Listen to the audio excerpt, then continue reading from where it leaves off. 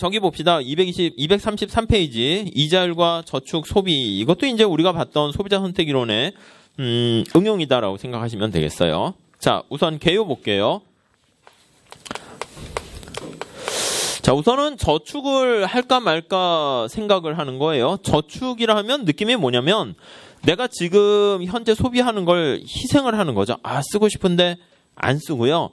저축을 했다 하면 나중에 써야지 이런 거예요. 그러니까 약간 배짱이보다는 약간 개미에 가깝죠. 그래서 저축이라는 느낌을 뭐라고 생각하시면 되냐면 미래 소비다 이렇게 보시면 되겠어요. 그리고 아니면 내가 현재 소비를 할까 미래 소비할까 그렇게 보시면 될 것 같고요. 그래서 요거에 영향 미치는 게 보통 이자율이 이제 영향을 미쳐요. 이자율 이렇게요.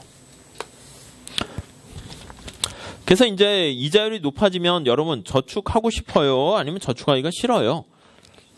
그렇죠. 이자율이 높아지면 이게 내가 지금 이게 돈을 은행에 넣어놓으면 이자 수익이 많아지니까 저축이 이렇게 증대된다고요. 이게 지극히 상식적인 효과다 이렇게 보시면 돼요. 약간 느낌이 대체 효과라는 거 아시겠죠?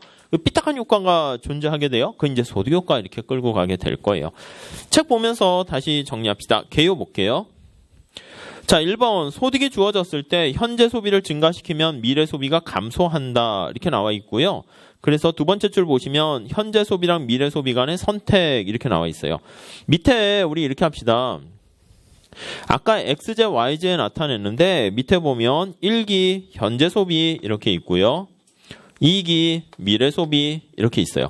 상품이라고 보세요. 그냥 이걸 현재 소비, 미래 소비 하니까 머릿속에 뭐야 이게 어렵네. 막 현재와 미래 간에 그게 아니라 C1이라는 이거 숫자잖아. 그냥 뭐 기호잖아요. C1이라는 상품이 있고 X 대신 이렇게 쓴 거예요. C2라는 그냥 상품이 있다. 이렇게 보시면 되겠어요. 자, 그랬을 때 이제 목적식과 제약식을 찾으셔야 되는데 목적식은 그대로 똑같이 쓰시면 돼요. 효용을 극대화하는데 우리가 효용은 X랑 Y 이렇게 했었죠, 아까는. 근데 이제 뭔진 모르겠지만 C1과 C2가 그냥 상품이에요. 그래서 C1은 우리가 숫자가 작으니까 현재 소비고요. C2를 미래 소비 이렇게 얘기할게요. 지금 소비, 현재 소비를 할 것인가? 이게 이제 미래 소비 이렇게 되는 거예요. 미래 소비. 자, XY가 효용을 증가시키는 것처럼 현재 소비랑 미래 소비도 많이 할수록 우리는 소비를 할수록 좋은 거예요, 사실은. 그래서 이 두 가지가 다 효용을 증가시키는 플러스다 이렇게 보시면 되겠어요. 그러니까 현재 소비를 많이 할수록 효용이 증가하고 미래 소비를 많이 할수록 효용이 증가하고 이렇게 생각하시면 돼요. 그럼 무차별 곡선이 어떻게 생깁니까? 라고 하면은 그냥 우리가 봤던 일반적인 원점에 대해서 이렇게 볼록한 무차별 곡선 이렇게 생각하시면 되겠고요. 아무튼 요 얘기를 지금 하고 있어요. 자, 다시 2번 살짝 볼게요. 그래서 현재 소비랑 미래 소비랑 어떤 걸 얼마나 선택할까 그걸 고민하고 있고요. 이번에 보시면 소비자가 소득 중에서 근데 이 소득은 현재와 미래니까 평생 소득이에요. 빠져있긴 한데 일생 전체에 걸친 소득을 얘기하는 거예요. 그래서 앞에다가 소득 중 할 때 앞에 평생 소득 이렇게 써놓으세요. 평생, 일생 소득. 이거는 그래서 정확하게 뒤에 보시면 소비와 관련된 거시경제학 할 때도 또 얘기해요. 정확하게. 그때도 간단히 설명을 드리는데 잘 많이는 안 할 거예요. 여기서 그냥 다 하시면 돼요. 소득 중에서 얼마를 소비하고 얼마를 저축할까? 저축이라는 게 느낌이 미래 소비 생각하시면 돼요. 현재 소비랑 미래 소비 중에서 어떻게 할당할 것인가? 그걸 고민하는 거예요. 현재와 미래, 소득, 이자율. 그 현재와 미래 그 시간 간의 관계가 그게 바로 이자율이에요, 이자율.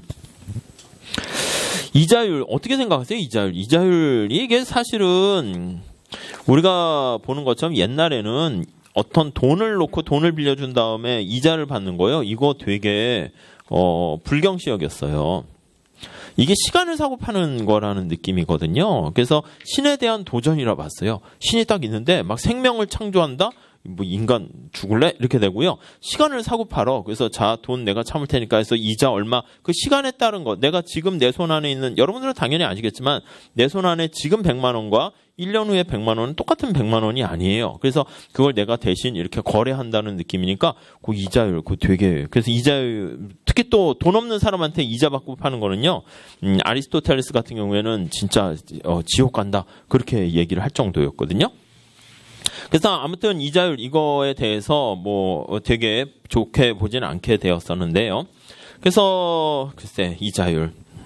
아무튼 그거 우리가 살펴볼게요. 그래서 이자율이라는 거 보시고 3번에 보시면 그래서 어빙 피셔라는 사람이 뭐라 그랬냐면 이거를 시점 간에 거기 용어 다 밑줄 치세요. 인터템포럴 이렇게 나와 있어요. 현재와 미래 시점 간의 소비 선택 모형이다. 이렇게 얘기를 합니다. 고민을 하는 거죠. 이렇게 쫙 보시면 이게 시간이에요. 시간. 이게 현재예요. 현재. t가 1기다라고 하면 이게 현재. 이게 미래예요. 미래. 그쵸? 2기 이렇게요.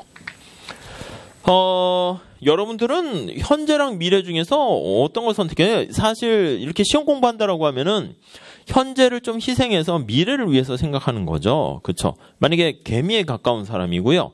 배짱이에 가까운 사람은 뭐예요? 그냥 뭐 미래에 놀아요. 그래서 어떻게 보면 전에 보니까 싸이를 사실 보면 제가 근데 오히려 노래하는 거나 이렇게 하면 정신이나 이런 거는 또 좋아 보이는데 싸이는 그러더라고요. 싸이는 어떻게 하냐면 현재와 이렇게 미래가 있으면 자기는 노세 젊은 노세래요. 싸이는. 이해되세요? 그래서 쟤는 왜 저래? 처음엔 그랬더니 일리가 있더라고요. 힘이 있을 때 놀아야지 안 놀게 되면은요. 그래서 사실은 어떤 분이 얘기하는데 여러분들의 삶은 그래요. 이렇게 유치원생부터 스트레스가 많아요. 막 일찍 뭐 영어도 해야 되고 뭐 해서 초등학교 이때도 스트레스가 많아요. 할 게 되게 많아. 요즘 보면은 중학교, 고등학교 되게 많아요. 그러다 이제 언제 잠깐 기쁘냐면 고등학교 이제 딱 졸업했을 때 원하는 대학을 갔어. 잠깐 기뻐졌다가 그다음 대학 가면 또 그 안에서 또 학점 때문에 또 스트레스를 받아요. 그러다가 잠깐 대학교 4학년 때 잠깐 좋아요. 뭐 로스쿨을 간다던가 원하는 회사 들어가니까 잠깐 이제 한 달, 2달 이렇게 좋았다가 또 스트레스야. 그 로스쿨 가는 애들도 보면 엄청 스트레스 많더라고요. 그 안에서 또 경쟁해야 되니까 계속 이렇게 사는 거죠. 그러니까 싸이는 뭐냐라고 하면은 이게 스트레스 지수라고 하면 행복해요. 뭐 춤추고 노래하고 즐겁고 잠깐 고등학교 때까지도 행복하죠. 잠깐 스트레스를 받아요. 갈 대학이 없는 거야. 그래서 어디 가지? 잠깐. 그거 2달 잠깐. 근데 아무데나 가요. 아무데나 잘 모르는 학교라도 가면 또 거기 가면 또 이제 비슷한 애들 만나서 신나게 놀아요. 와 놀고 막 이렇게 하다가 잠깐 스트레스 받아요. 취업할 때 아이고 내가 해놓은 게 없네. 잠깐. 물론 근데 또 이게 눈높이가 이제 높지 않기 때문에 또 거기에 맞춰가지고 또 어디 회사 들어가요. 그래서 그냥 행복하게 하다가 깨꼬닥 죽는 거죠. 그럼 누가 더 행복하냐 이러면 글쎄 이게 행복할지 잘 모르겠어요. 여러분들 보면 회계사 붙었어요. 붙으면 좋을 것 같죠? 붙은 다음 1차만 끝나면 어떻게 돼요? 바로 2차 달려야 되는 거 알죠? 여기 동차생들 보면 1차 끝나서 채점 해봤더니 이번에는 좀 잘 나온 애들은 이렇게 뭐 되게 잘 받고 막 애매한 사람이 좀 없는데 딱 봐서 뭐 420점 나왔다. 그럼 그냥 바로 2차 달리죠. 그래서 바로 스트레스 또 받더라고. 잠깐 일주일 좋아졌어. 미소가 이렇게 빅스마일 하고 다니다가 그다음 바로 2차 되니까 스트레스 이렇게 막 받다가 그다음 2차 붙으면 잠깐 행복해져요. 근데 법인 들어가요. 그때 잠깐 좋은데 법인 들어가면 다 회계사라니까 옆에도 회계사 뒤에도 회계사. 그러니까 또 거기서 뭔가 스펙을 하나 또 더 하지 않으면 살아남기가 힘드니까 또 스트레스 받고 계속 하다가 또 능력 있고 똑똑한 애들은요. 얘기 들어보니까 일찍 나와요. 일찍. 그러니까 이게 법인에 들어가면 능력이 이렇게 진짜 더 뛰어난 애가 있고 좀 운 좋게 간 애가 있는데 평균 이 정도 해서 연봉을 주거나 쳐준단 말이에요. 그럼 여기 있는 애들은 뭐야 내 실력과 기여가 이 정도인데 나를 이렇게 대우를 안 해줘? 나갈래? 해서 뭐 로컬로 나가거나 딴 데로 빠져요. 그러니까 이제 이게 쭉 이렇게 그러니까 이제 요 사람은 뭐예요? 가만히 조용히 있는 거죠. 그러니까 조용히 있어야지. 여기서 뭐 막 튀었다가 자기의 실력이나 정체가 들통날 수 있잖아요. 그러니까 조용히 묵묵히 이렇게 하고요. 그래서 법인에서, 대형 법인에서 끝까지 안 잘리고 계속 위에 이렇게 짱으로 임원하고 하는 사람들은요, 보면은 요 사람들이래요. 이 사람은 중간에 못 버텨요. 호랑이 같이 그냥 뭐야 해서 욱하고 나는 능력 있어 하고 나가니까 나가서 이제 혼자 자기가 뭐 차리거나 고생하거나, 이 사람은 계속 조직 내에 있어서 법인 대표도 하고 막 하는 거죠. 아무튼 뭐 그렇다고 그러더라고요. 이거요. 싸이는 어떻게 하냐면 젊었을 때 신나게 놀고요. 싸이 얘기하다 그랬네. 나이 들어서 공부한대요. 젊어서 이렇게 놀다가 나이 들어서 이제 공부를 하게 되면 우리가 이제 신문에 나올 거 아니에요. 싸이 나이 들어서 공부하는 또 이 아름다운 모습 이렇게 되니까 그런 계획을 자기는 갖고 있대요. 근데 만약에 여러분이나 저나 보통 사람들 같은 경우는 젊어서 열심히 공부하다가 뒤늦게 이제 놀 줄 모르다가 뒤늦게 이제 춤바람이나 무슨 노는 바람 들게 되면 막 60세에 이제 막 어디 놀러 다니고 막 이러면 뭐예요? 뭐 하는 거야? 그 사회 지탄을 받게 되죠. 그러니까 이게 그렇게 돼요. 그래서 이제 여러분들은 근데 이미 공부를 시작했으니까 제 생각에는 이렇게 하셔야 돼요. 공부하는 게 힘들어요. 아침에도 보다 보니까 잠깐 생각해 보니까, 야, 여러분이 만약에 학교 다니다가 왔으면 학교에서 20학점을 듣더라도 아침에 이렇게 매번 일찍 나오는 거는 이게 고등학교 때도 사실 잘 할까 말까 한 건데, 그거를 이제, 지금 미리 겁주는 건 아닌데, 올해는 당연히 그렇게 하셔야 되고, 내년도 이렇게 계속 하셔야 돼요. 3년을 이렇게 하셔야 돼요. 자신 있어요. 하루라도 빠지면요. 아니야, 좀 쉬자. 안 돼요. 거의 톱니가 이렇게 어긋나기 시작해가지고요. 합격과는 되게 이제 거리가 멀어져요. 그러니까 가만히 보면은 우리 학원도 그렇지만 다른 학원도 사람들 많잖아. 이렇게 종합반 보면 뭐 몇백 명이 하는데 실제로 이렇게 공부하고 끝까지 가는 사람은요. 제가 보기엔 30-40% 그 정도예요. 하다가 어떤 사람은 혼자 좀 하다가 가장 큰 유혹이 뭐냐면 동영상이요. 걔랑 친해지면 절대 안 돼요. 이게 자기 자신에 대한 안식처 피해갈 수 있는 변명거리를 만들어줘요. 오늘 토요일인데 오늘 수업 빠지고 동영상으로 대체해야지. 안 돼요. 4시간 동영상 한번 들어보세요. 들어보시면요. 한 8시간, 6시간 이렇게 듣게 돼요. 4시간 동영상을요. 4시간으로 듣는 거 별로 힘들어. 불가능해요. 그러니까 이제 속도를 올린다고. 1.5배속이나 2배속을 올리면요. 시간 줄이는 거 같죠? 아니에요. 그러니까 사실 나름대로 저도 옛날 경제학 수업할 때는 말을 좀 천천히 했어요. 천천히 했더니 수업 듣는 애들이 말이 느리다고 여기 보시죠. 이 정도로 했거든요. 그러니까 한 1.5배속, 2배속으로 들어도 된다 막 그래요. 그래서 원래 제가 말을 그렇게 느리게 하는 건 아닌데 그래가지고 이제 말을 좀 빨리 하기로 했죠. 그러니까 아무튼 1.5배속으로 하면 세상에 공짜는 없어요. 뭔가 자기가 얻거나 머릿속에 정리가 되는 그 손실이 생기는 건데 강의만 들으면 뭐해. 아무 소용 없죠. 그러다 1년 더 하게 되면 그때 애매하다니까요. 그러니까 차근차근 하셔야 되는 거죠. 그리고 이제 고통을 받게 되면 스트레스를 막 받는데 그러니까 전에 한번 말씀드렸죠. 이렇게 막 음악 들을 때도 이렇게 찌찌찌 칠판 긁는 소리 이런 거 좋으세요? 막 이 소음 듣다가 나중에 한 10분 정도 힐링하는 그런 음악을 탁 들어주고 이제 끝난 다음에 어떠십니까? 이렇게 물어보고 어떤 사람한테는 그냥 힐링하는 레페를 이렇게 50분 동안 줘요. 그냥 마지막에 이제 삐직 막 이렇게 스트레스를 받는 걸 착해요. 노랑이랑 하양이랑 누가 더 끝났을 때 미소를 짓나 보면은요, 이 하양이가 더 미소를 줘요. 그러니까 여러분들이 지금 막 이렇게 고통스럽고 짜증나도요, 이 무조건 그러니까 제 생각에는 과정도 중요한데 결과는 무조건 합격으로 무조건 끝내세요. 그래야지 나중에 종로상가 오면은 영화관도 있고 단성사 금은 이런 게 있잖아요. 이런 거 보면서 하고 미소가 좋아지지. 만약에 이렇게 실패로 끝나게 되면 아무튼 막 이렇게 막 짜증이 나요. 막 종로상가 이게 뭐야 하고 막 이제 아셨죠? 그러니까 무조건 합격은. 근데 합격하는 거는 제가 계속 말씀드렸죠. 그냥 2, 3 있잖아. 그냥 단조로운 2, 3 아침에 무조건 8시 반 이전에 와서 복습 좀 하시다가 저녁 10시에 가시죠. 10시쯤에 그냥 가는 이 삶은요. 한 2년 동안 저는 비가 오나 눈이 오나 그냥 꾸준히 했습니다. 그럼 그냥 합격이에요. 자꾸 제가 뭘 어떻게 합격합니까? 자꾸 물어보는데 이거는요, 그냥 시험이 그냥 100점 맞아야 되는 것도 아니고 그냥 사실은 자기와의 싸움이니까 그걸 지켰냐, 못 지켰냐. 떨어진 사람 물어보잖아요? 떨어져서 회계를 못 보거나 경제를 못했어. 그러면 가만히 옆에서 물어보면 그냥 중간에 이렇게 자기가 이제 꾸준하게 공부를 못한 사람들이에요. 그러니까 이게 그 인내력이라 할까? 지구력? 그 싸움이에요. 그러니까 체력도 필요하죠. 자, 아무튼 현재와 미래가 는 선택인데요. 그래서 이게 현재 소비가 있고요. 미래 소비가 있고요. 요렇게 있죠.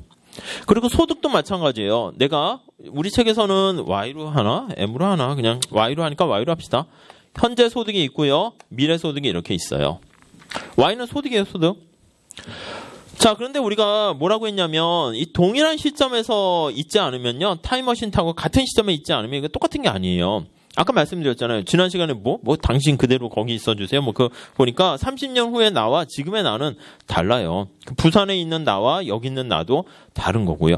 그러니까 우리가 뭔가 비교를 하려면 미래에 있는 건요. 타임머신 타고 디스카운트해서 현재 시점으로 가져와야 돼요. 아니면 현재 있는 거는 미래 시점으로 보내야지 그걸 직접 비교할 수 있어요. 그래서 여기 보시면 미래에 발생하는 C1이라는 미래 소비는요, 현재 소비로 이렇게 현재 시점으로 할인, 디스카운트 하는 건데, 이걸 이제 현재 시점으로 가치를 바꿔준다라고 해서 현재 가치, 프레젠트 밸류 이런 표현을 쓰게 돼요. 어떻게 할인합니까 하면, 이건 뭐 회계학에서도 많이 하니까 1 플러스 R로 이렇게 할인해 주네요. 당연한 얘기죠. 왜냐면 내가 100만 원을 갖고 있으면 1년 후에 이자율이 10%다라고 하면 100만 원에다가 R만큼 이렇게 붙게 되는 거니까 1 플러스 R에 100만 원 이렇게 된다고요. 그렇죠? 그러면 A1이라는 돈이 있으면 이걸 현재 시점으로 가져온다라고 하면 요거랑 똑같으니까 이걸 1 플러스 R로 나눠주면 되죠. 그래서 A라는 값을 1 플러스 R로 이렇게 나눠주면 그걸 현재 가치화 만들었고요. 요거를 미래 가치화한 게 요게 되는 거죠. 자, 마찬가지입니다. 여기 보시면 Y2라는 미래 소득도 현재 시점으로 이렇게 가져와서 디스카운트 하게 되면 Y2도 이렇게 1 플러스 R로 나타내요. 이거는 이제 현재와 미래 2기간만 있어서 2기간 시점간 2기간 자원배분 모형이라 그러는데 경작에서 이게 뭐 N기까지 있으면 쫙쫙쫙쫙 하겠죠. 재무관리나 비슷한 거에서 또 많이 할 거예요. 그래서 뭐 회계학도 하겠지만 우리는 그냥 2기간. 이게 경작은 좀 심플해요. 좀 더 심플하게 이렇게 얘기를 합니다. 자, 그럼 정리를 해볼게요. 내가 여기 나와 있는 현재 소비와 미래 소비에 어떤 상품이 있고 그걸 현재 시점을 다 가져왔어요. 그러니까 우리가 예산선을 이렇게 쓰죠. 제약 조건 봅시다. 제약식. 그러니까 우리가 이제 기본적인 예산 제약식은 M은 이렇게 해서 이렇게 썼어요. PX, X 더하기 PY, Y 이렇게 있죠. 자, M이 이제 소득이었어요, 소득. 그러니까 현재와 미래 시점에서 발생하는 소득인데 이걸 두 개 더해야 되는 거죠. 현재 소득 더하기 미래 소득 이렇게 있어요. 근데 미래 소득은 어떻게 해야 되냐면 디스카운트 해야 돼요. 현재 시점으로 가져와야 되는 거니까 1 플러스 R로 할인을 하게 되고요. 그래서 이게 바로 예산선 소득 이렇게 보시면 돼요. M 대신에 이렇게 쓴 거예요. 평생 소득이라고 보시면 돼요. 현재 버는 거랑 미래 버는 거. 자, 미래 버는 건 디스카운트 했고요. 자, 소비 볼게요. 소비는 현재 소비하는 거랑 미래 소비하는 거예요. 미래 소비하는 것도 역시 1 플러스 R로 디스카운트 해야죠. 현재 소비 C1, 미래 소비 디스카운트한 소비 이렇게 보시면 되겠죠. 자, 이게 예산 제약식이에요. 아셨죠? 뭐 이거 좀 잘 보시면 그 다음에는 저절로 그냥 띡띡 우리가 봤던 거랑 그대로 적용하시면 돼요. 별로 어렵진 않아요. 자, 책으로 가볼게요. 자, 예산 제약 먼저 나와 있어요. 예산 제약 한번 볼게요. 자, 1번에 보시면 현재 소득이 Y1, 미래 소득이 Y2 이렇게 돼 있습니다. 자, 주어진 실질 이자율, 실질 이자율이 바로 이제 현재와 미래에 왔다 갔다 할 때 타임머신 이렇게 뭔가 이렇게 시간 거기 뭐 그거를 뭐라고 해야 되나? 거기를 통과하는 그때 이렇게 변화시키는 크기예요. 차입과 대출이 가능하다고 가정하고요. 1기의 소득을 Y1이라 그랬고 2기의 소득을 Y2. 근데 Y2는 현재 시점으로 나눠야 되니까 이렇게 됐죠. 그래서 예산 제약식은 이거 총소득, 평생 소득이에요. 현재와 미래의 총소득의 현재 가치. 이거는 총소비의 현재 가치. 뭐 그대로 보시면 되겠습니다. 자, 이 예산선을 밑에다 한번 그림을 그려볼게요. 책에 잘 나와 있는데 한번 보시죠. 자, 수평축이 이제 현재 관련된 소비, 미래 소비 이렇게 돼 있어요. 자, 우선은 저거를 C2로 정리하는 것도 좋은데 직접 절편을 한번 찾아볼게요. 여기 어떻게 될까요? 여기요. 여기 한번 잘 보세요. 여기 값은. 자, 이거는 뭐냐면 늘 그렇듯이 이거 C2가 제로인 거예요. C2가 제로. 예산선 잘 보세요. C2가 제로면 이거 빵이죠. 또 저 왼쪽에 나와 있는 게 그대로 이게 X축 절편이죠. 그래서 여기는 어떻게 되냐면 Y1 플러스 Y2를 1 플러스 R로 이렇게 나눈 거예요. 그렇죠? 자, 여기는 어떻게 되나 보세요. 여기는 C1이 제로예요. C1이 제로. 자, C1이 제로니까 C1 제로 이렇게 해보세요. 그럼 C2는 어떻게 됩니까? 1 플러스 R을 여기다가 집어넣어야죠. 그러면 여기 나와 있는 값은 Y1에다가 1 플러스 R 더하기 Y2 이렇게 해요. 절편 찾는 연습 좀 해보세요. 아셨죠? 그냥 Y2로 막 정리하는 거는 그냥 기계적인 거니까 그 의미가 자꾸 상실돼요. 이 끝을 잘 보시죠. 자, 만약에 Y2로 이제 정리합시다. 여기가 Y2로 돼 있으니까 이 식을 Y2로 정리하면 C2로 정리하면 C2는 저거 C1이 전리 넘어가요. 요거 마이너스 붙어서 넘어가는데 1 플러스 R을 곱해야 되니까 마이너스 1 플러스 R에 C1 더하기 이렇게 됐고요. 다음에 1 플러스 R을 저기다가 곱하는 거죠.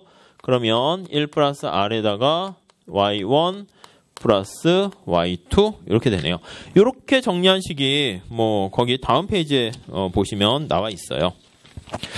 C2로 정리했죠. 왜 C2로 정리했냐면 수직축이 C2로 돼 있으니까 그런 거예요. 예산장식은 이렇게 돼 있는 거 알 수 있고요. 요게 뭡니까? 라고 하면 요게 수직축 절편이에요.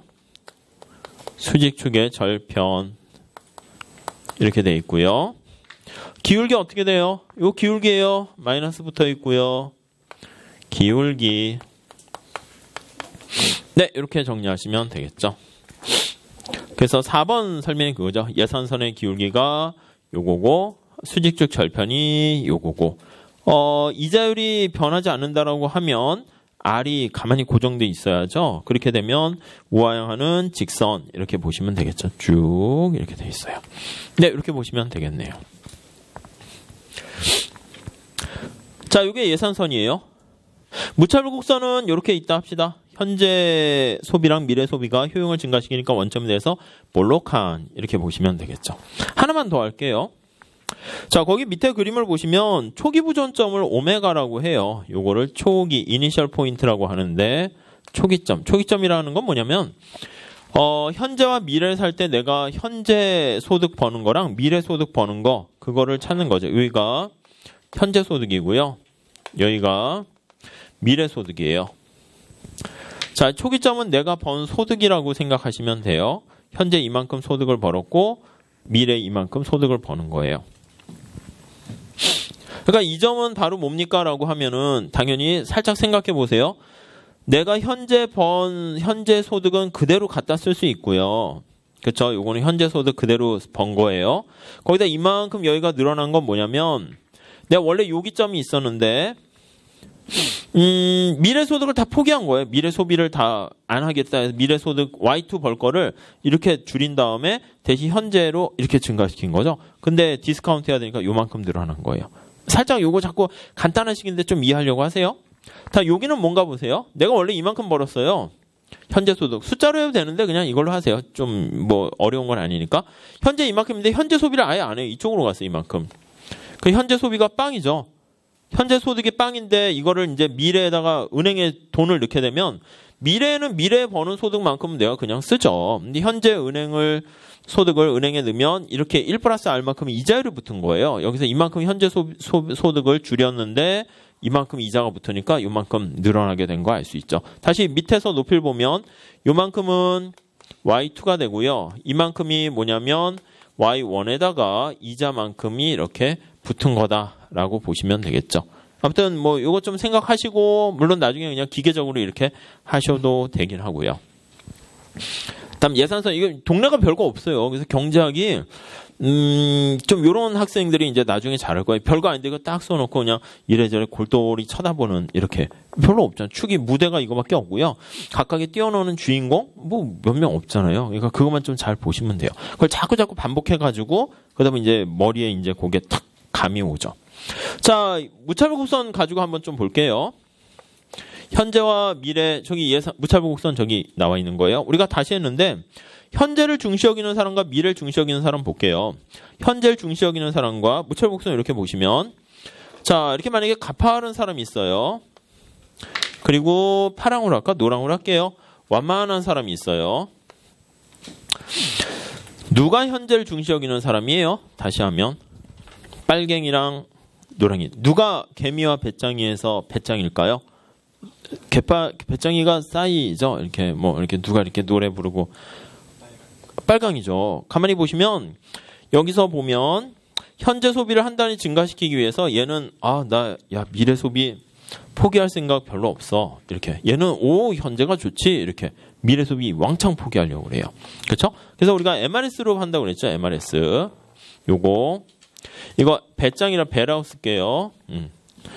그냥 배라고 씁시다. 요거 개미라고 씁시다. 개. 그러면 이게 MRS 현재 소비와 미래 소비니까 1, 2라고 할게요. C1, C2 하면 너무 복잡해가지고 배짱이의 MRS랑 요거요. 개미의 MRS 1, 2 현재와 미래의 개미의 MRS랑 비교했을 때 개미는 MRS가 이렇게 작대니까요. 이렇게 완만해요. 그래서 부등호가 얘가 크죠. 다시요. 이거 1, 2 했을 때 1위 관심사라는 거 잘 보셔야 돼요. 1위. 제가 천천히 설명해서 이렇게 하는데 자꾸 누적되잖아요. 앞에 우리가 얼마 안 됐지만 3주 했나 벌써? 많이 했죠. 원래는 좀 더 빨리 했어야 되는데 앞에 한 거 이렇게 보세요. 보상 수요, 수요 공고 이게 되게 많아요. 그래서 미시가 끝나갈 때는 아무것도 생각 안 나네. 이러시면 안 돼요. 그러니까 어떻게 복습해야 되냐면 책을 펼치시면 오늘 진도가 몇 페이지지? 해가지고 벌써 막 234페이지니까 많이 나갔네요. 그래서 250페이지에 그렇게 해서 탁 펼치는 게 아니라 머릿말도 읽어보셨어요? 머릿말부터 읽어보셔야 돼요. 머릿말부터 다시 쓱쓱 차례 넘기면서 한 장씩. 그냥 이거 지겹지만 얼마 안 걸려요. 1분도 안 걸려요. 이렇게 착착착착착 넘기면서 문제는 안 풀기로 했잖아요. 문제는 빼고 다시 또 내용 착착착착 넘겨서 250페이지 그렇게 펼치셔야 돼요. 그래서 자꾸 이렇게 리마인드를 하셔야 돼요. 어쩔 수 없어요. 우리가 이게 계속 까먹는 것만큼 또 계속 집어넣는데 이게 이게 집어넣기만 하면은 싹 까먹어요. 그러면 이게 자신감이 없어져요. 책도 두껍고 이렇게 돼서 이걸 내가 할 수 있을까? 할 수 있어요. 아셨죠? 요거. 자꾸 설명을 드리는 거예요. 자, 그러면 저 두 개를 같이 짬뽕을 해볼게요. 자, 두 개 효용 극대화하는 걸 짬뽕 하려고 하는데 개미 한번 볼게요. 개미는 노랑이에요. 무차별서 둘 다 직면하는 은행에 갔을 때 차별 대우를 받지 않기 때문에 저기 나와 있는 예산 집합은 똑같은 상황이에요.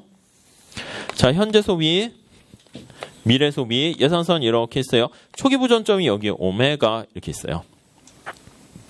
자, 여기를 책 맞춰서 볼까요? 책엔 따로 없네요. 여기를 그냥 A라 그러고 여기를 B라 그럽시다.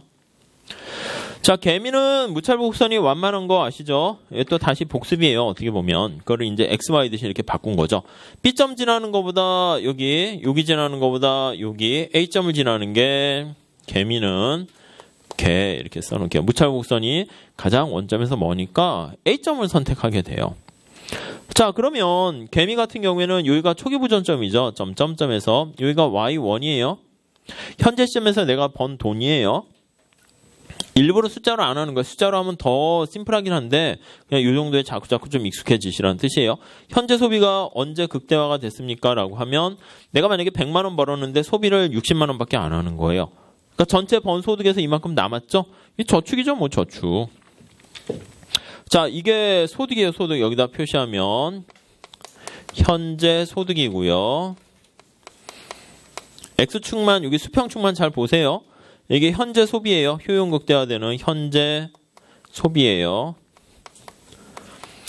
그러니까 개미 같은 경우에는 어떤 상황이냐면 이걸 다시 정리하면 개미는 내가 버는 현재 소득보다 현재 소비가 더 작아요. 내가 100만 원 벌었는데 60만 원밖에 안 쓴 거예요. 남는 거 어떻게 됐습니까? 이게 이렇게 됐다라고 하면 남는 거는 저축을 했다 이렇게 보시면 되겠어요. 그게 저축자가 되는 거예요. 저축의 크기는 요만큼이 되는 거죠. 요만큼. 저축. 그쵸? 우선은 요거 먼저 잘 보시고 다음에 배짱이 볼게요. 배짱이가 원래 배짱을 부려서 그래서 배짱인가? 잘 모르겠네. 너 뭘 믿고 그렇게 노래만 부르고 노냐? 배짱을 부리는 건지 잘 모르겠는데 아무튼 배짱이에요. 그 배짱이 같은 경우에는 예산선이 이렇게 있는데 현재를 되게 중시 여겨요. C2 이렇게요. 자, 그래서 초기 보존점이 여기 있죠. 점점점점점 있습니다. 이렇게요. 배짱이 봤을 때는 개미가 되게 불쌍해요. 맨날 열심히 막 스트레스 받고 이렇게 하다가 나중에 이제 돈이 많이 모이겠죠. 그래서 이제 환갑 60세 이렇게 돼가지고 나 이제 애들도 키웠고 요즘은 70세 정도 돼야 애들을 다 키운 것 같은데 일할 만큼 일했으니까 여행 다니고 놀러 다녀볼까? 그럼 여행 가보면 영화 보시면 아시겠지만 이렇게 해서 이제 즐기려고 하는데 뭐 이런 거 걸리잖아요. 그래서 하고 이제 슬퍼서 일을 하다가 이제 깨꼬닥 이렇게 죽고. 그러니까 이렇게 개미의 삶을 살면은 자기는 슬프고요. 자기 자식들이 좋겠지. 그 유산을 좀 많이 물려주면은 하고 그래서 자식들은 이제 배짱이가 되죠. 그 배짱이가 돼서 펑펑펑 이렇게 하다 보면 좀 남기는 거 없으면 또 그 밑은 다시 개미가 되고. 그러니까 개미와 배짱이 삶이 이렇게 왔다 갔다 바뀌는 것 같아요. 자, 아무튼 배짱이는 이거 가팔라요. 가파르니까 무차별성이 이렇게 돼 있다니까요. 이쪽은 당연히 개미 같은 삶은 말도 안 되고 A 선택하면 쟤는 왜 저러고 사나 이렇게 돼요. 그러니까 B점을 선택한다고요. 배짱이는. 그래서 배짱이는 B점을 선택했을 때가 후생이 가장 극대화되는 걸 알 수 있어요. 이게 배짱이에요. 배짱이. 그래서 무차별 곡선 배짱이 이렇게 보시면 되겠죠. 자, 소비점이 어떻게 되냐면 소비점이 여기에요. 여기 점점점 여기요. B점. 그러니까 이게 내가 버는 소득의 Y1인데 여기가 C1인데 어떻게 되냐면 C1 효용 극대화되는 C1을 가만히 보면 부등호가 이게 더 크잖아요. 그러니까 내가 버는 소득은 100만 원인데 이쪽에다 쓰면 배짱이는 내가 버는 소득보다 소비가 훨씬 더 커요. 그러니까 100만 원 벌었는데 120만 원 소비하는 거예요.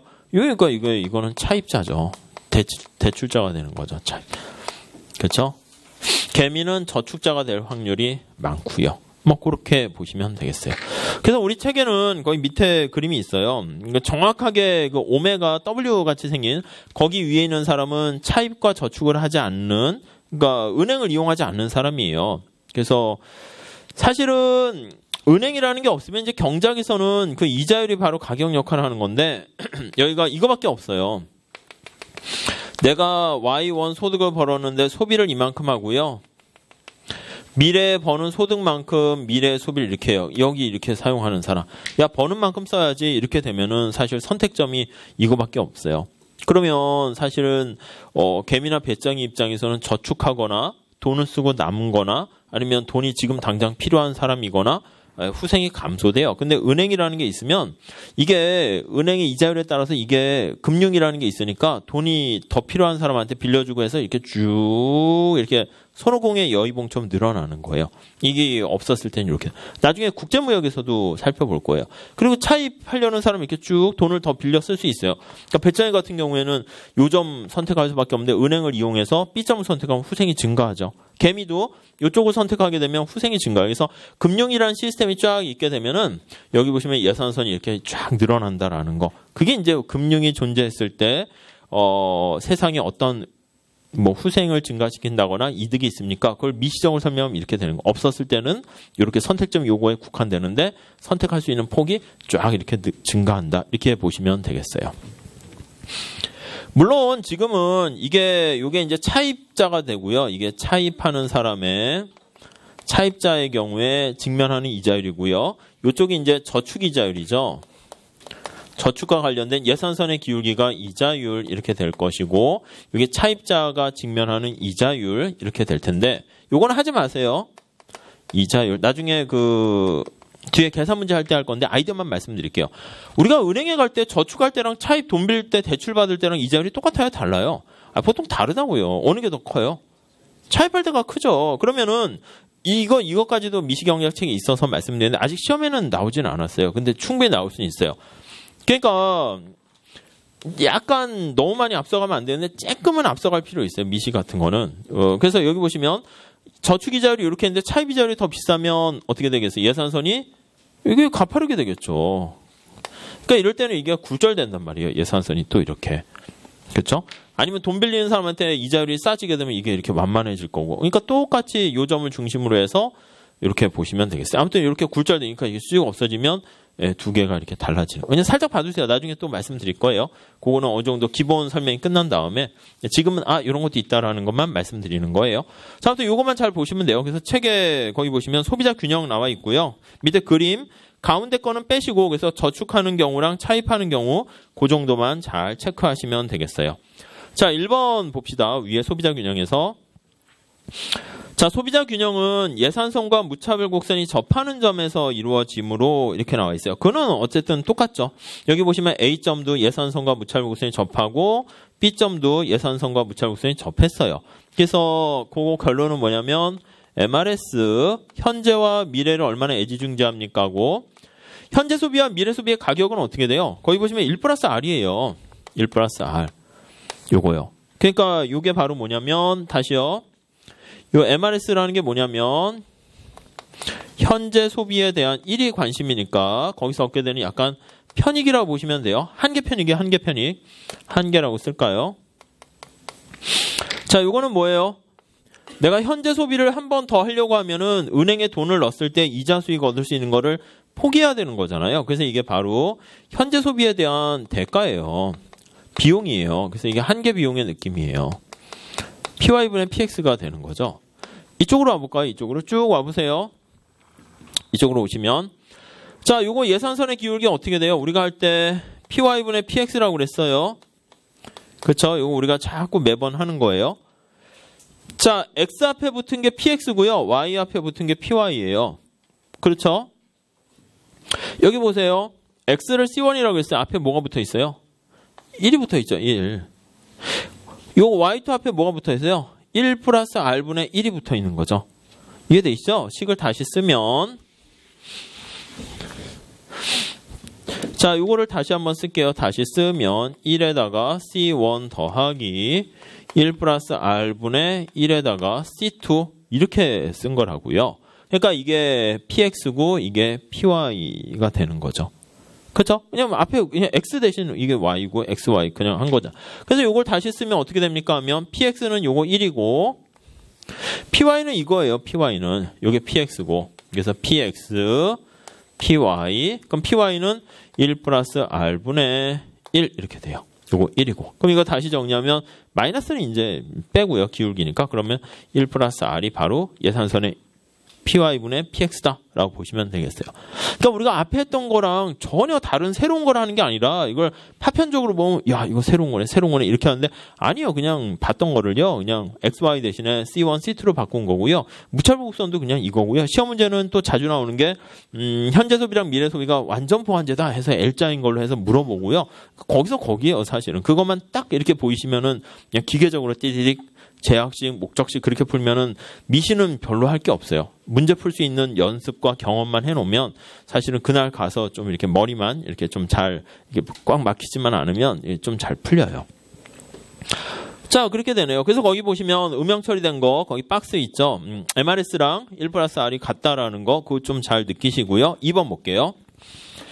즉 소비자 균형에서 현재 소비랑 미래 소비 간에 자 뭐가 더 관심 있다고요? 둘 중에 현재 소비가 관심 있는 거예요. 그래서 현재 소비와 미래 소비 간에 주관적 교환 비율이 MRS고요. 객관적 교환 비율 시장 갔을 때 거기서 얻게 되는 이자율이 바로 객관적 교환 비율이죠. 그래서 1 플러스 R 나와 있습니다. 그래서 밑에 1 플러스 R의 의미를 나와 있는데 거기 보시면 밑줄 치세요. 현재 1원을 저축하면 미래 1 플러스 R을 소비할 수 있어요. 근데 내가 저축을 안 하고 현재 1원을 소비했어요. 그렇게 되면 1 플러스 R이라는 걸 얻을 수 있는 것을 날리는 거죠. 기회비용이 그만큼 포기하게 되는 거니까 그만큼 대가를 치른다라고 보시면 되겠습니다. 3번 봅시다. 소비자의 저축과 차입의 여부는 무차별 곡선 형태 밑줄 치시고 MRS라고 보시면 되죠. MRS가 이렇게 가파르냐 이렇게 작냐에 따라서 완만하면 완만할수록 개미가 될 확률이 많고요. 가파를수록 현재를 중시여기니까 배짱이가 될 가능성이 있다. 이렇게 보시면 될 것 같습니다. 그래서 이제 그 형태에 따라 달라지기 때문에 사전적으로 어떤 개인이 저축자가 될지 차입자가 될지는 좀 잘 알기는 어렵네요. 4번 볼게요. 즉 소비자의 선호 및 부존점의 위치에 따라 부존점 밑줄 치고 W 하세요. W. 부존점이라는 건 이제 초기에 내가 현재 소득과 미래 소비가 어떻게 되는가 그거예요. 우리가 시험에 많이 나오는 게 또 어떤 거냐면 이렇게 해요. 미래 소득이 이제 빵인 경우가 또 은근히 많이 나와요. 그러니까 내가 현재만 소득 벌고 미래 소득은 빵이다. 이렇게 되면은요. 예산선이 어떻게 되냐면 이렇게 돼요. 미래 소득이 빵 되면 출발 자체가 이게 초기 부존점이 현재 소득은 있고 미래 소득은 하나도 없는 상태가 돼서 이렇게 되는 거죠. 여기가 이제 현재 버는 소득이고요. 여기가 이제 미래 소득인데 미래 소득이 빵이에요. 그 이 점이 바로 초기 부존점 이렇게 돼요. 이해되세요? 그리고 내가 만약에 현재 이만큼 돈을 벌었는데 은행에다 예금을 하면 여기까지 소비는 할 수 있죠. 자, 다시요. 이거 나중에 객관식 때 볼 거예요.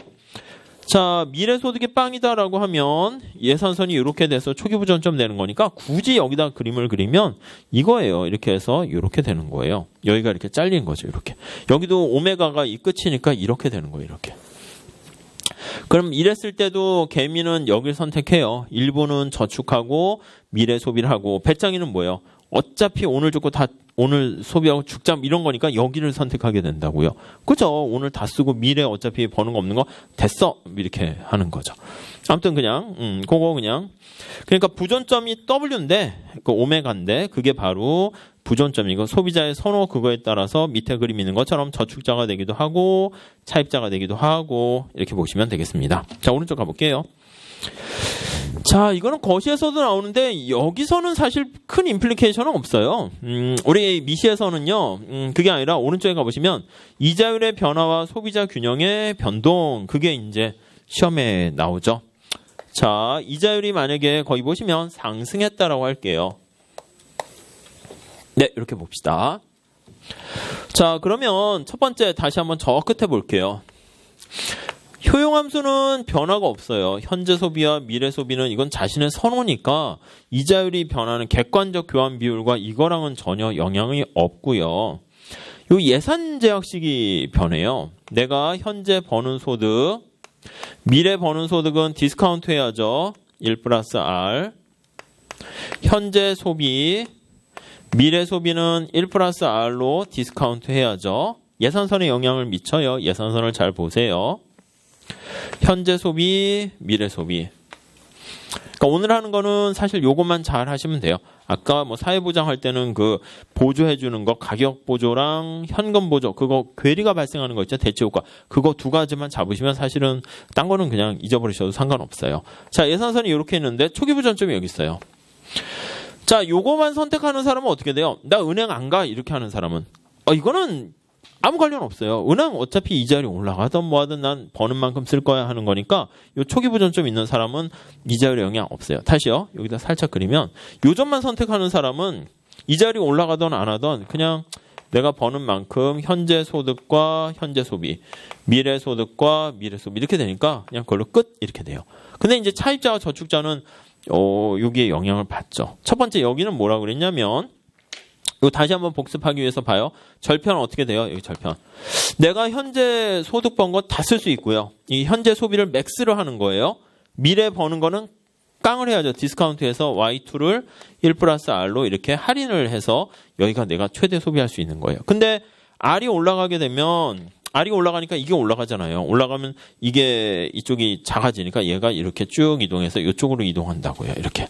이해 가세요? 이거를 좀 이해해 보세요. 이쪽으로 쫙 이동을 하고요. 다음에 이쪽 볼게요. 이쪽은 절편이 어떤 건가 보세요. 자, 이거는 내가 맥스로 현재 소비를 아예 안 하고 맥스로 미래 소비하는 거예요. 이 점은. 생각하세요. 그냥 Y2, C2로 바꿔가지고 하는 건 의미 없고요. 자, 그러면 내가 현재 소득을 전부 다 은행에 넣었어요. 그 이만큼 이자 수익을 얻게 되죠. 그리고 미래 소득은 뭐 그냥 미래에 번 거니까 이자 소득은 얻을 수 없죠. 이렇게 돼 있는 거예요. 자, 그런데 만약에 이자율이 올라갔어요. 이자율이 올라갔어요. 그럼 여기가 쭉 올라가니까 이쪽은 위로 이렇게 올라가요. 자, 이자율이 올라갔을 때 여기엔 영향이 없고요. 예산선에 영향을 미치게 되는데 예산선이 여기서부터 쭉 이렇게 가파르게 되는 거 알 수 있네요. 예산선의 기울기는 1 플러스 R이니까 요거 1 플러스 R이니까 이게 올라가서 이것도 훨씬 더 기울기도 가파르게 되고요. 그러니까 이게 느낌이 뭐예요? 이자율이 올라가면 내가 현재 소비할 때 대출 받을 때 부담이 커지니까 소비할 수도 없을 뿐만 아니라 현재 소비의 기회비용이 이자 수익이 지금 이자 저축했을 때 이자율이 뭐 1% 저축 이자율인데 10%라고 할게요. 그러면 저축하면 돈 많이 벌 수 있는데 내가 현재 소비하게 되면 현재 소비에 따른 기회비용 대가가 큰 거죠. 많은 이자 수익을 포기하는 거잖아요. 그러니까 기울기가 이렇게 되는 거예요. 이게 제일 중요합니다. 자, 다시요. 이자율이 올라가면 예산선의 기울기가 가파르게 된다라는 것이고, 요거는 현재 소비의 가격이 비싸지는 거 이해되시죠? 미래 소비 대 현재 소비라고 하면 이게 커지는 거예요. 현재 소비 가격이 비싸지는 거예요. 아무튼 이게 가파르게 지나가는 거 알 수 있죠. 하나만 더 하셔야 돼요. 우리 소득 효과를 봐야 되는데, 오메가점을 기준으로 좀 차이가 있네요. 여기 있는 사람은 어떻게 돼요? 예산선 영역이 쭈그러들었어요. 빨간 색깔만큼 감소됐죠. 이쪽은 어떻게 돼요? 늘었어요. 그렇죠? 그래서 여기는 이렇게 증가했어요. 자, 이걸 잘 보셔야 돼요. 이거는 예산선 영역이 넓어졌으니까 실질 소득이 증가 이렇게 볼 수 있고요. 써드리면 예산선의 영역이 커졌어요. 영역이 커짐. 예산선의 영역이 커졌다는 건 이제 구매할 수 있는 능력이 커졌다라고 생각을 하시면 되겠죠. 근데 밑에 빨간 색깔은 어떻게 되냐면 예산선의 영역이 쭈그러들었어요. 그래서 이거를 실질 소득이 이때는 감소. 네, 이렇게 정리하시면 되겠네요. 네, 요거 두 개 살짝 미니 그림 그려야지 여러분들이 나중에 실전에서 갈 때 빨리빨리 되고 좀 헷갈리지 않게 될 거예요. 자, 미리 말씀드리고 다음에 책 보고 다시 한번 정리할게요. 자, 저쪽에 나와 있는 거 우선 개미 볼게요. 개미 상황을 봅시다. 자, 개미 상황은 지금 오메가점보다 선택점이 그림을 이렇게 그리게 되면 여기가 오메가점인데 예산선이 이렇게 가파르게 변했어요. 이자율 올라가는 걸로 할게요. 이자율 하락하는 거 하지 마세요. 아셨죠? 책에는 또 설명인데 하나만 잘하세요. 하나만. 둘 다 하다가 헷갈리지 마시고. 자, 개미는 지금 어떻게 되냐면 이쪽이에요. 요점 A점을 선택하고 있었는데 요점을 선택한단 말이에요. 후생이 이때는 증가할 수 있겠죠. A-로. 네, 그걸 보려는 것보다 첫 번째. 자, 이자율이 상승했어요. 개미 입장에서는 대체 효과랑 소득 효과를 봐야 되는데 대체 효과는 상대 가격이 현재 소비 가격이 어떻게 됐나 봐야 되는데 기울기가 가팔라졌죠. 그래서 하얀 색깔보다 빨간 색깔이 예산선의 기울기 가팔라졌어요. 그럼 현재 소비의 가격이 비싸진 거예요? 싸진 거예요? 비싸졌다니까. 우리가 지금 한 게 그밖에 없잖아요. 기울기가 가팔라지면 가파르게 지나가는 부분의 가격이 비싸진 거예요. 그래서 현재 소비의 가격이 비싸졌어요. 현재 소비의 가격이 비싸지면 당연히 현재 소비는 비싸졌으니까 소비를 줄여야 돼요. 미래 소비는 반대로 증가시키는 건데 우리가 이제 저축이 관심이니까 저축을 뭐라고 보셔야 되냐면 현재 소비의 반대다 이렇게 보시면 되겠어요. 미래 소비라고 하지 마세요. 미래 소비도 할게요. 그럼 미래 소비는 증가해요. 우선 요거 당연하죠. 현재 소비가 비싸졌으니까 현재 소비를 줄이는 거예요. 다음 소득 효과 볼게요. 소득 효과. 소득 효과는 실제 소득이 증가했나 봐야 되는데 저 왼쪽에 있는 것처럼 여기요. 개미 입장에서는 예산선 영역이 넓어졌으니까 실질 소득이 증가했어요. 이게 실질 소득이 증가 이렇게 된다고요. 자, 실질 소득이 증가하게 되면은 현재 소비랑 미래 소비는 다 이게 열등제가 아니니까 이건 증가한다 봐야 돼요. 그럼 이게 저축은 현재 소비 반대로 보세요. 미래 소비도 쓰레기가 아니니까 증가. 그러니까 이게 저축이 그냥 항상 미래 소득은 아니다라고 보시면 돼요. 이게 반대가 되죠. 아셨죠? 근데 우리는 저축이 관심이니까 미래 소득은 뺄게요. 이거는 이제 거시에서는 좀 더 관심이 있는데 그래서 이거 뺍시다. 아셨죠? 다 봐도 되지만 뺄게요. 자, 저축은 현재 소비 반대라고 보시면 돼요. 개미 같은 경우에는 그러면 어떤 결과를 초래합니까 하면 대체 효과에 의해서는 저축이 증가하는데 소득 효과에 의해서는 저축이 감소해요. 그래서 저축에 대해서는 어떻게 될지 알 수가 없다. 불분명하다. 이렇게 보시면 되겠어요. 아니면 이렇게 써드리죠. 여기 있는 것처럼 대체 효과가 소득 효과보다 크다라고 하면 이자율이 올라갔을 때 대체 효과가 큰 거니까 저축은 증가하고요. 대체 효과보다 만약에 소득 효과가 더 커요. 그럼 이자율이 올라가면 저축은 감소한다라는 거 알 수 있네요. 자, 우리가 요거 기억하세요. 대체 효과랑 소득 효과랑 어떤 게 상식에 부합하는 효과냐면 대체 효과가 상식에 부합하는 효과고요. 삐딱 효과라고 그랬잖아요. 삐딱. 그러니까 당연히 이자율이 올라가게 되면 어떻게 돼요? 올라가게 되면 은행에 저축을 해야지 지극히 정상적인 거죠. 그러니까 그 정상적인 대체 효과가 크게 되면 이자율이 올라가면 저축이 증가한다니까요. 당연한 얘기라니까요. 삐딱선이 효과가 막 크게 발동하게 되면 이자율이 올라가는데 사람들이 오히려 저축을 안 하는 결과가 초래할 수도 있죠. 문제 풀 때는 이게 뭐 말은 복잡한데 그냥 읽으면서 당연하네 뭐 이런 거 금방금방 찾을 수는 있어요. 다음에 배짱이 볼게요. 배짱이 보시면 배짱이 자 똑같이 해서 비교하시면 되는데 문제 푸는 거는 좀 간단해요. 미니 그림을 살짝 그리면 되겠죠. 이자율이 올라갔는데 대체 효과는 똑같다니까요. 위에랑 밑에랑 대체 효과는 언제나 진리라서 그 지난번에 봤던 것도 마찬가지 이것도 마찬가지고 나중에 여가와 노동 선택할 때 똑같아요. 그래서 이자율이 올라가면 현재 소비의 가격이 비싸지게 되는 거니까 위에랑 똑같이 현재 소비는 줄어들고 저축은 증가해요. 그러니까 배짱이도 이자율이 올라가면 은행에 저축할까? 그런 마음이 생겨요. 그러니까 저축이 이제 증가할까? 이렇게 되는 거죠. 그런데 소득 효과 볼게요. 소득 효과. 배짱이는 어떻게 되냐면 소득 효과는 차입자가 되는 거예요. 돈을 빌리는 사람이에요. 배짱이가 이제 차입자. 이렇게 보시면 되는데 차입자가 해당하는 영역이 여기죠. 빨간 색깔. 그렇죠? 배짱이 저쪽 보시면. 그러니까 배짱이의 효용함수는 원래 여기 있다가 효용이 이렇게 감소하게 되는 거 알 수가 있어요.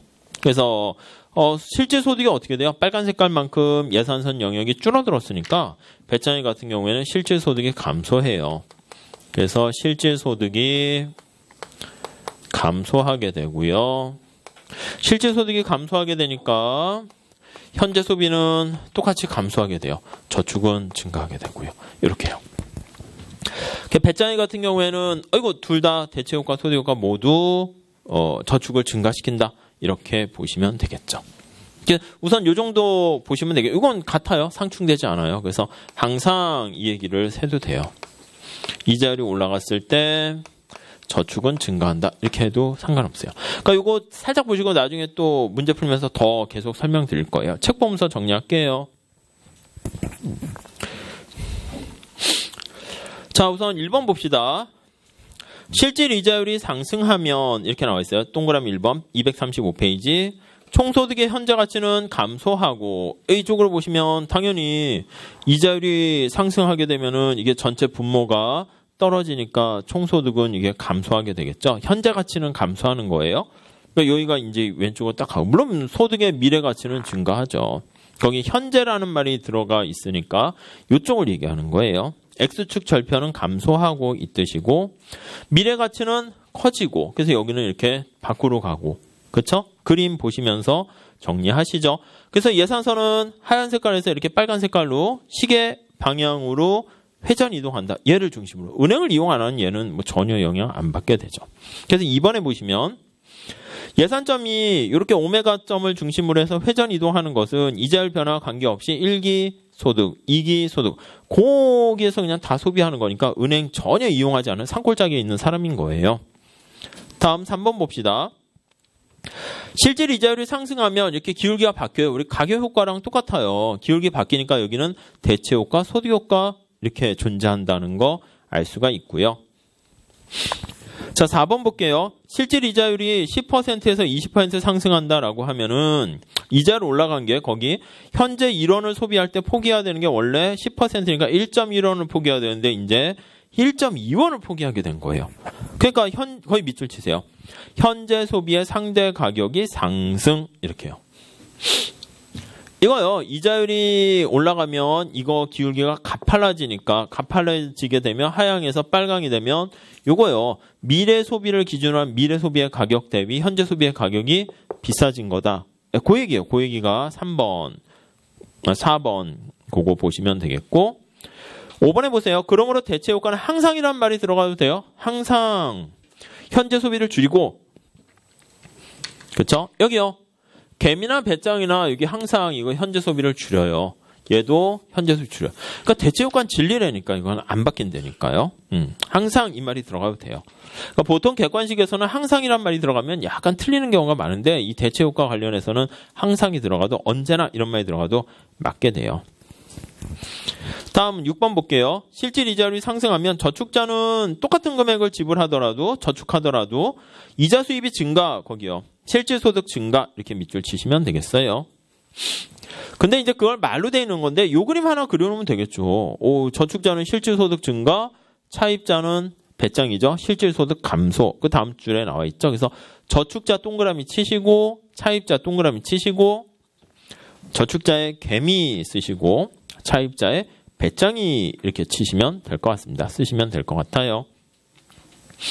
그러니까 문제 풀 때도 요 그림 살짝 머릿속에 해서 또 색깔도 이렇게 하세요. 색깔도 하셨죠. 힐링하시면서 공부하셔야 돼요. 그 화살표가 바로 그 얘기예요. 요 그림 나타낸 거죠. 실질 이자율 상승으로 예산선이 회전 이동하게 되면 저축자의 소비 가능 영역은 파란 색깔처럼 증가하나 차입자의 소비 가능 영역은 이렇게 빨간 색깔 같이 감소한다. 실질 소득 감소, 실질 소득 증가. 이렇게 보시고요. 7번. 자, 실질 이자율이 상승할 때 저축자의 경우에는 현재 소비랑 저축의 방향이 불확실해요. 이렇게. 왜냐하면 대체 효과에 의해서는 저축이 증가하는데 소득 효과에 의해서는 실질 소득이 증가하니까 여기 현재 소비가 증가해서 저축이 감소해서 뭐가 더 커질까에 따라서 알 수가 없어요. 그래서 불확실하다 그런 말을 쓰게 된 거예요. 자, 그래서 마지막에 관역 보시면 현재 논의에서는 현재 소비랑 미래 소비가 모두 정상제. 정상제라고 얘기하죠. 소득이 증가하는데 현재 소비가 감소하면 그건 좀 말이 안 되죠. 그래서 그런 거는 열등제라고 가정하고 시험 문제 나오진 않아요. 그래서 항상 정상제라고 보시면 돼요. 자, 밑에 그림은 우리가 그냥 한번 눈으로 보세요. 그냥 이렇게 그릴 건 아니에요. 이게 주관식 스타일이기 때문에 안 보셔도 돼요. 지우셔도 돼요. 그냥 여러분들은 대체 효과, 소득 효과 이렇게 반대로 되는구나 이렇게 보시면 되겠고 거기 있는 것처럼 기울기를 이동시켜서 대체 효과, 소득 효과 그렇게 표시하지 마세요. 그림을 잘못 그린다니까 이게요. 책도 그렇고 이렇게 하다 보면 그림이 막 이렇게 막 돼서 이렇게 가파르게 변했잖아요. 가파르게 되면 새로운 점이 이렇게 있으면 옛날 예산선 이렇게 가서 해서 소득 효과, 대체 효과 하는데 헷갈려요. 그러니까 그렇게 하는 거 아니고 그냥 이것만 잘 보시고 요 그림 미니 그림으로 하나 체크해 두시고 저축자, 차입자. 우리는 저축자가 관심이니까 차입자는 책에서 우선 빼고 있어요. 요 앞에는 저축자만 얘기하고 있네요. 넘어갈게요. 자, 236페이지 가보시면 자, 그래서 경제 전체적으로 보면 일부 개인은 저축자이기도 하고요. 개미이기도 하고 일부는 차입자이기도 해요.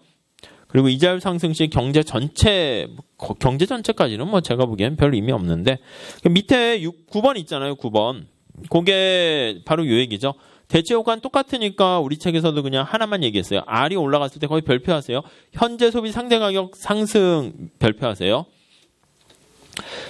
그 이해하는 거 암기하지 마시고 요 그림에서 그냥 보세요. 이자율 상승하면 현재 소비의 상대 가격, 미래 소비 상대 가격이죠. 상승하게 되고 현재 소비 비싸졌으니까 줄이고요. 저축은 현재 소비 반대로 증가하고 대체 효과는 둘이 직면하는 게 똑같아요.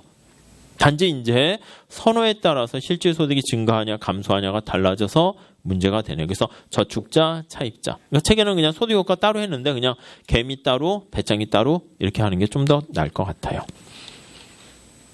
아셨죠? 요거 그래도 되게 중요한 거예요. 매년 시험에 나와요. 회계사 시험에서는 아셨죠? 그 밑에 예제 별표하세요. 예제. 어려운 건 아니고요. 이쪽에 나와 있는 그거를 이제 숫자로 직접 한번 해보자 이렇게 나타낸 거예요. 특히 예산선 가지고 한 건데 살짝 볼게요. 어빙 피셔라는 사람이 어떻게 보면 이제 계량 경제 이런 쪽을 만든 미국의 경제학자인데 슬픈 사람이죠, 이 사람도. 왜냐면 이제 하버드 대학에다가 이제 계량 경제 통계를 하면서 경제 연구소를 차렸어요. 그때 이제 대공황이 발생했거든요. 그러니까 이 사람한테 물어봤어요. 미국 경제가 이렇게 침체하니까 저희 교수님 이번에 컴퓨터를 이용해서 이렇게 막 통계 계량 이런 거 했는데 언제 미국 경제가 좋아질까요? 조만간 좋아질 것 같습니다. 이렇게 얘기했어요.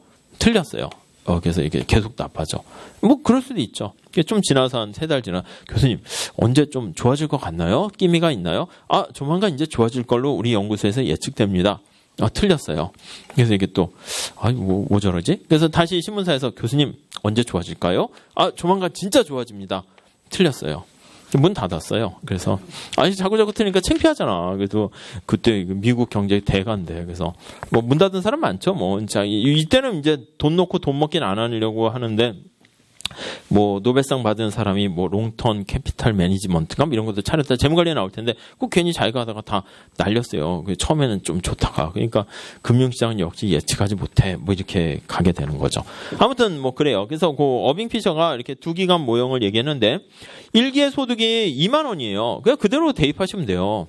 그러니까 계속 앞으로 나중에 문제 풀 때도 할 건데 이렇게 식을 써놓고요. 문제에서 주어진 값을 대입하시게 되면 그러면 그냥 이게 안개가 걷혀요. 내가 뭘 해야 될지를 알게 돼요. 근데 이렇게 체계적으로 안 하면 미신은 뭘 해야 되지? 그걸 잘 몰라요. 그럼 길을 잃어버려요.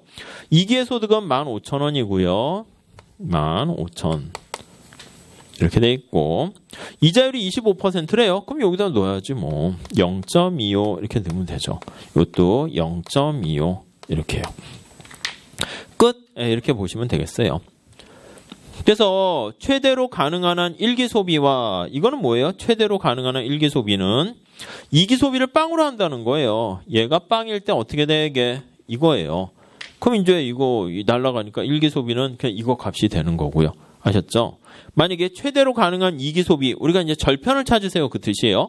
C1에다 빵을 넣으면 C2는 요걸 여기다 그냥 곱해서 계산하면 되겠죠. 그래서 뭐 그냥 살짝 보시면 되겠고 자 237페이지 차입 제약이 있을 때 나와요. 근데 이거 거시경제학에서 할 거예요. 아이디어만 말씀드릴게요. 자 우리가 예산선이 이렇게 있었어요. 현재 소비고 미래 소비고요. 여기가 초기부 전점 오메가 이렇게 있어요. 내가 버는 돈이 이만큼이 있었죠. 자 보세요. 자, 요 기울기가 뭡니까 하면 내가 이거 차입할 때 이자율이라고 그랬죠. 차입 이자율. 물론 지금은 차입 이자율과 저축 이자율이 지금 똑같아요. 그래서 요거는 저축 이자율. 그리고 색깔 다르게 할게요. 요거는 차입 이자율. 차입자가 직면하는 이자율이죠. 은행에 갔는데 아까 뭐라 그랬냐면 저축 이자율보다 요거 저축 이자율 저라고 쓸게요. 저축 이자율. 저축 이자율과 차입 이자율이 똑같은 경우에는 요 기울기가 이렇게 노란 색깔과 파란 색깔이 똑같은 경우예요. 근데 은행에 갔더니 차입 이자율이 좀 더 비싸요. 저축 이자율보다. 여기가 이렇게 굴절된다고 그랬죠. 아까 봤었어요. 은행에 가서 제가 돈을 빌리러 갔어요.